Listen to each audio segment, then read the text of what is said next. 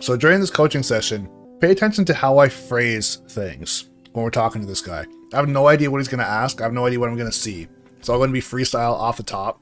And just listen to how I say the things that I say. What I say, sure, as far as the content of the information, that's all good and well. But more so, pay attention to just how I phrase things and how I try and break things down. Like I said, I literally have no idea what I'm about to say. Is it okay if I ask you some questions? 100%. I'd say like the main questions I have, you know. So what do you think is like the basic process of like learning a new character? Like, let's just say like, for example, like, okay, there's this character I want to play it. Never played this character before.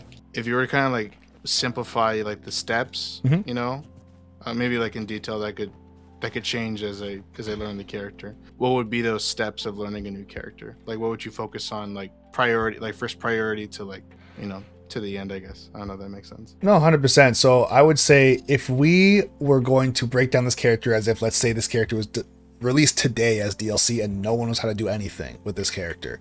The number one thing I'm learning how to do with any character right off of rip, even before combos, is I want to know what moves do I have that start combos, okay?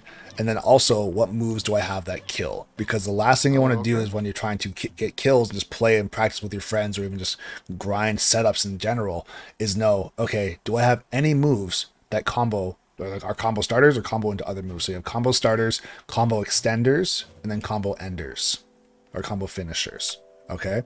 That's what I'd be the first thing I'm trying to figure out. So before I even say, oh, down tilt, up tilt, whatever crazy stuff, is what does down tilt even do? If down tilt sends you straight up, just based on the way that the game is designed, the majority of moves that send straight up are going to be combo starting moves, right? So for example, if I do this, it sends you up. Oh, okay, I can jump and be right beside you, and I can combo off of that. I can go for like down throw into like fair or something, right? Down to that. Okay, that combos. Very simple. So as you get more advanced, you'd say, okay, so I can do down throw into fair. I wonder if I can do down throw up B. I wonder if I can do down throw neutral B. I wonder if I can do down throw up smash. If I can do down throw raw back air, right? So you're going to test out a lot of these things.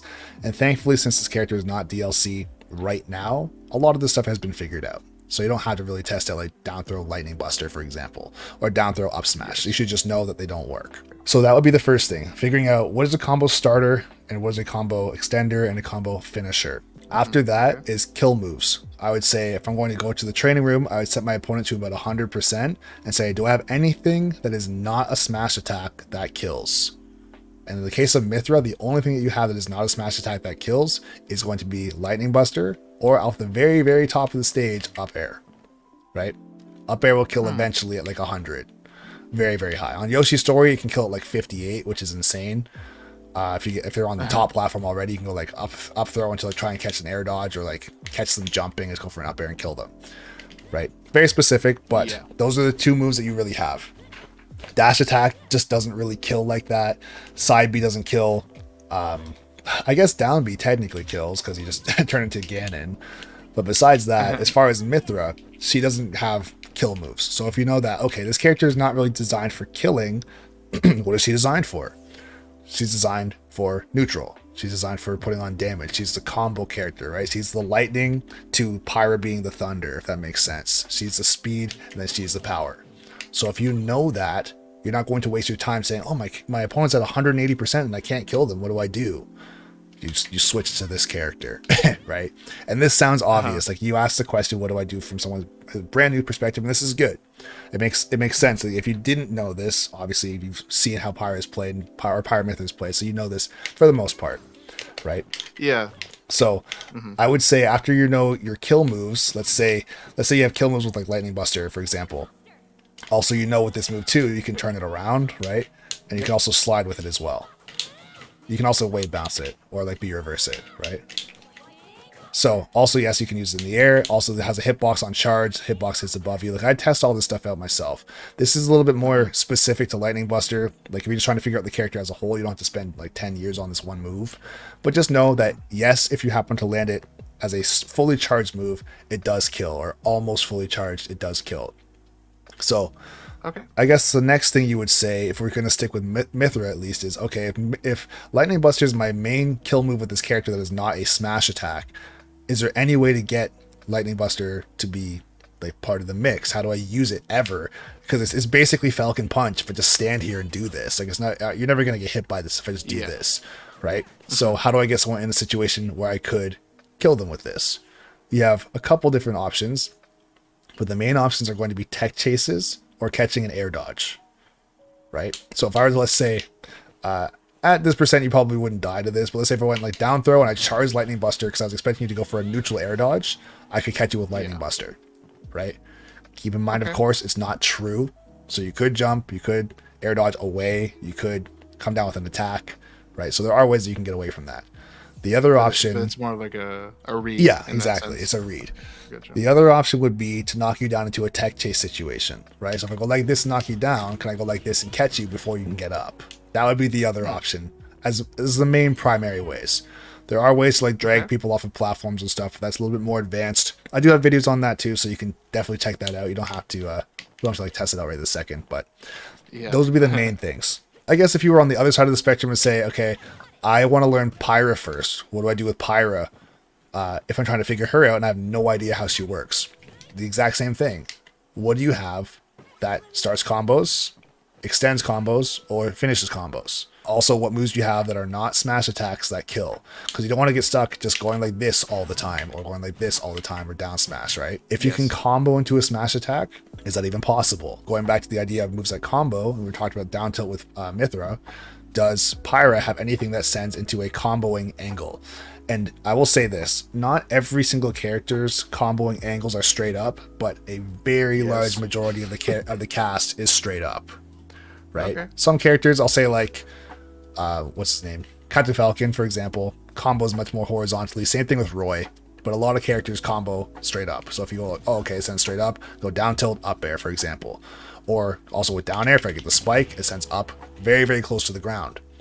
And I would notice too, it sends very close to the ground at a very high percent. This is telling me something as someone who's labbing the game or labbing a character. If I can send someone super close to me, right? I don't have to be very fast, and I don't have to go very far to try and catch you. So what could I do off of down air?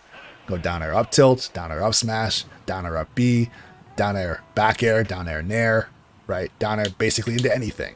That's what I'd be looking for with that. But go ahead. So like feel the character out. Just feel as much as you can. Like, okay, this does that, that does that. Oh, like what can I do with this move? Like how can I start? And then go into knowing your tools specifically, like knowing what they do and how they can force a situation. Like develop your game plan, I guess. Like know the tools to make the game plan work. And then go to kill setups. Exactly. Okay. Beyond that, it starts to become more of the creativity side of things. So let's say, for example, and we're not going to go super hardcore into this because we don't want to not play at all. But we'll just talk about this really quickly. As far as like another thing you can experiment with is if you happen to use other moves that are considerably weak at high percent, there's a reason for that in a lot of cases, right? So for example, I will say like Mithra's back throw, for example. Let me just put some damage on here. Or DI away, so DI to the left, right? If you DI to the left, so it puts you much higher, right? But yeah, if I know that it's possible to get you up onto a platform, why does that matter? So I would be, I guess, as a intermediate or a bit more advanced labber trying to figure things out with the character, I'd say, okay, if I can get someone up onto a platform, why do I even want that? What does that do for me? So the number one thing that it does for me is it buys me time to do moves that are not true into potentially a read of some sort, right? So let's say, for example, if I was to back throw you onto a platform, I can then go for like the Lightning Buster, right? Not like that though, like this, and pull you off the platform, right? So I can go back throw, Lightning Buster, pull you off the platform, potentially kill you. Or I can go with back throw into an up smash and get an up smash into the mix. So I'm using back throw, which is a non-kill move, to set up into moves that kill. Also notice I'm using a move like Lightning Buster, which we said before is quite slow and very hard to just throw out for fun if you're trying to actually catch your opponent. This is where creativity as a player comes into play to say, okay, I have moves that kill and I want to use them. how do I get the chance to use them? That's the point of like a back throw or the dash attack, or if you happen to DI away from me and I forward throw you, it puts you into a tech chase at very high percent. So I can go forward throw, run up down smash, forward throw, turn around S smash, everything going to roll in. So this like the throws for a lot of what she can do with them, they don't really do anything except for just set up situations. Also notice that the character is very fast, obviously. So I can go forward throw, we got over here and go for like a down smash and kill you, right? So that was off of a tech in place. Or if you missed your tech, same thing would have happened. If you happen to roll away, if I made the read on that, I could have just gone a little bit further and gone for a down smash here, or I could have gone for an S smash right here. That's all of a forward throw. So we have to do more than just take the character's moves at face value and say, yeah, forward throw doesn't kill, therefore it's useless. Right? That's just not true. And it does only 5%. So no, it's the next level of creativity for you. Do you have more questions? Now, I know this is kind of a hard question to ask because just the nature of the game. I'm the kind of person that at first I like some kind of guidance, you know, at first of like a template to work with. Okay. And then eventually I'll kind of develop a routine of some sorts for it.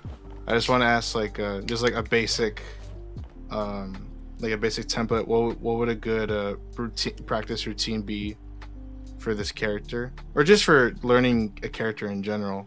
Like if I have like maybe like an hour and a half a day, you know, which is I usually do. What would be something I could do in that time frame? Maybe not an hour and a half, but like what are things that you would do in that time span if you wanted to put time into this? Okay, so the number one thing I would do is, if you really did care to get better at this character, I would open up a notes document or a Google, or not Google, Microsoft Word or whatever, some way that you can type, right? You can put into a Discord chat with somebody, and I would start to write down the percent windows for my character. And what I mean by that is, what can I do at 0 against somebody? What can I do at 10? What can I do at 30? What can I do at 50? What can I do at 80? What can I do at 100? And it might not be specifically that chopped up. It might be, what can I do from 0 to 30, 30 to 80, then 80 to 110, or something like that. Or however specific you want to get. And then from there, I go to the training room and say, okay, I'm going to practice and do as many combos and try and be as creative as I possibly can with down tilt at 0. What can I do? And then I'll do down tilt at 30, then I'll do down tilt at 80, then down tilt at 110, for example. I'll write all those things down. After that, okay, I'll go back to 0% and do with another combo starter. I'll do up tilt, or I'll do down throw, or I will do forward tilt. And I will do, like I said, forward tilt at 0, 30, 80, 110. Do that for all the moves that are combo moves. That's one thing I would do. And I would be this is you trying to flesh out your character literally, to say, if I'm fighting someone and they happen to be at 72 or like 81% or something like kind of weird, are they in a window where I can do something better than just hitting them once, right? Can I get down tilt up B? Can I get down throw RAR back air? Can I get, I don't know, something like that, up tilt back air, up tilt into up air or something, just some sort of combo, versus just saying, oh, you're at 71, I'm going to just go like this and then that's it. Okay, I want to try and get as much as I can. It doesn't mean that you're going to get a kill, but if you can turn a 6.9% conversion into a 14% conversion, then that's better, of course. Then I would go back and say, okay, so now I have a combo. Let's say instead of doing forward tilt, well, let's say instead of forward tilt, I'll do something easier. So instead of saying this is our baseline combo, I don't even know what I'm doing, I was born yesterday, okay? Sure. Just down tilt, literally nothing. So I would say, okay, at 0, down tilt combos into down tilt, up tilt. Can I optimize that further?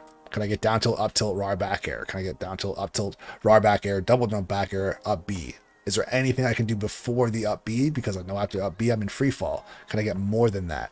So that's what I'd be doing. And as far as that answer, the answer is just literally more back airs, provided that there's a platform, right? So it'd be like down tilt, up tilt, back air, back air, back air, up B, right? For example. The other thing I would do from a more tech skill perspective, I'd be working on my RAR inputs. That's like one of the biggest things for sure. Being able to get down tilt, RAR back air, forward tilt, RAR back air, up tilt, RAR back air, down throw, RAR back air, because that is Mythra's number one combo extender. It's a combo starter too, but number one combo extender is her back air. It's the only aerial that she has that combos into itself multiple times. You can get things like landing fair, rising fair, but after the rising fair, nothing is true. So I potentially have 2 tournaments a week that I can attend locally. Okay. There's 2 in my area consistently, at least 2 a week. Is it worth it to do online tournaments still if I have access to those tournaments like weekly, or just do as much as I can, provided I have the time for it? So in the situation that you're currently in, is it very probable that you could go to both tournaments every week or majority of weeks, provided that something doesn't come up? Yeah. Okay. I would say then just to do that. And then the off time, here's the thing, if you want to compete online, sure. But I will say this, if you're someone who is consistently competing offline, you're not going to like competing online. If you're doing offline No. Yeah, no, it's not. I'm not specific to wanting to compete. Yeah, it's pretty down bad as far as playing online, basically anything. So what I would say is if you already have 2 tournaments that you're more than happy to go to, and you can go to it and you can afford to go to it, whether it's gas or entry fee or whatever it might be, if you're able to do all that, then 100%, that's the number one place you will get experience, period. Right? I can tell you everything you got to do, but you got to go somewhere and do it. Right? And an offline tournament is the most prime place possible. That's what we play for. So as far as practicing in between tournaments, offline practice in the training mode is totally fine. Online practicing in grind servers or arenas or with friends, that's also totally fine as well. Stay away from Elite Smash if you genuinely care about your mental health, 100%. So I haven't touched Elite Smash since like probably the first time I played it. There you go, bro. I was gonna say that's just because I'm like, oh, just one loss automatically I'm already out. It's like, yeah, that makes sense. Yeah, 100%. It's like, oh, you win 10 games, you get 2,000 GSP. You lose 1 game, you lose 50,000. Okay, it's fine. It's like that makes sense. Yeah. So as far as that, that's all I would say. If you have access to offline tournaments and you can actually go to them, even if you can only go to 1 a week, then do that. Okay. All right. Awesome.